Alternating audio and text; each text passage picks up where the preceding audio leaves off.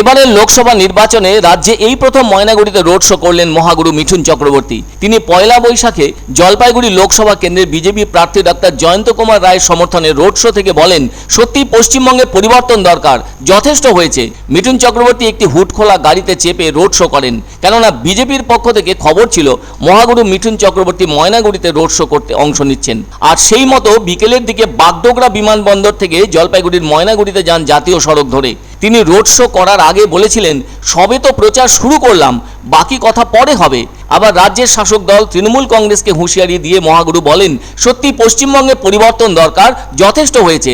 আসলে দিল্লির বাড়ি দখলের ব্যাপারে হাজির হন মিঠুন চক্রবর্তী ময়নাগুড়ির মাটিতে, কেননা রাজ্যের যে 3 জেলায় প্রথম দফার ভোট আছে তার অন্যতম জেলা হলো জলপাইগুড়ি, আর ভোট হবে 19শে এপ্রিল। ওই দিন সারা দেশে 102টি আসনে ভোট হচ্ছে।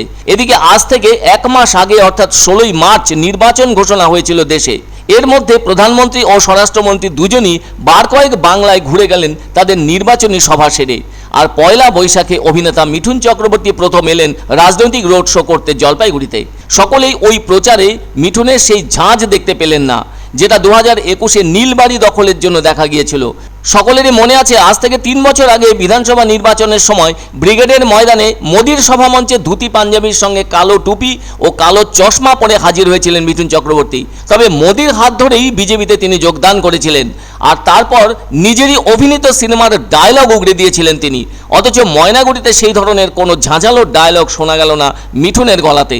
তবে হ্যাঁ, প্রচুর মানুষের উপস্থিতি দেখা যায়। এত মানুষের উপস্থিতির কারণে তার গাড়ি কোনোভাবেই যেন এগোতে পারছিল না, কেননা প্রচুর মানুষ তাদের মোবাইল ক্যামেরায় অভিনেতা মিঠুনের ছবি তুলতেই ব্যস্ত হয়েছিলেন। তবে এদিন তার ডায়লগ শোনার জন্য প্রচুর মানুষ এখানে এসেছিলেন। বেশ কিছু বিজেপি নেতাও আশাহত হন মিঠুনের সেই ঝাঁঝালো চোস্ত ডায়লগ শুনতে না পেরে, কেননা মিঠুনের ওই কথা তাদেরকে যথেষ্ট উজ্জীবিত করে তোলে, যেটা 2021-এও দেখা গিয়েছিল।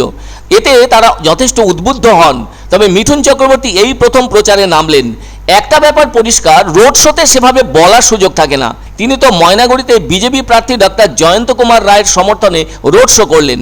তবে মিঠুন চক্রবর্তী জনসভা করলে ভিড় হবে, তার কথা আরও বেশি করে শুনতে আসবেন মানুষ।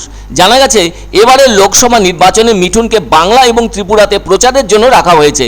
তবে দলের চিন্তা তার স্বাস্থ্য সংক্রান্ত ব্যাপারে।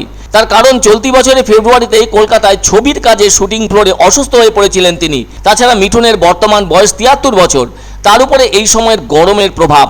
সে কারণে এবার অনেক ভেবেচিন্তে দলের পক্ষ থেকে কম চাপের কর্মসূচি দেওয়া হয়েছে মিঠুনকে। তবে উত্তরের 3 জেলাতেই কর্মসূচি রয়েছে মিঠুনের।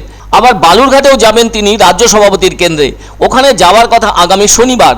সে যাই হোক, জলপাইগুড়িতে মিঠুন চক্রবর্তী আসার পর তার জনসভা করার কথা ছিল ময়নাগুড়ির ফুটবল মাঠে। শেষটায় সেটা বাতিল হওয়ায় রোড শো করেন মিঠুন। বিজেপি প্রার্থী ডক্টর জয়ন্ত কুমার রায়কে সাথে নিয়েই রোড শো করেন মিঠুন। মিঠুনের রোড শো সুভাষনগর থেকে দুর্গাবাড়ি মোড় হয়ে কামারপাড়া সিনেমা হল মোড়ে যায়, আর শেষ হয় বিবেকানন্দ পল্লীতে। প্রচুর মানুষ উপস্থিত হয়েছিলেন মিঠুনের রোড শোতে।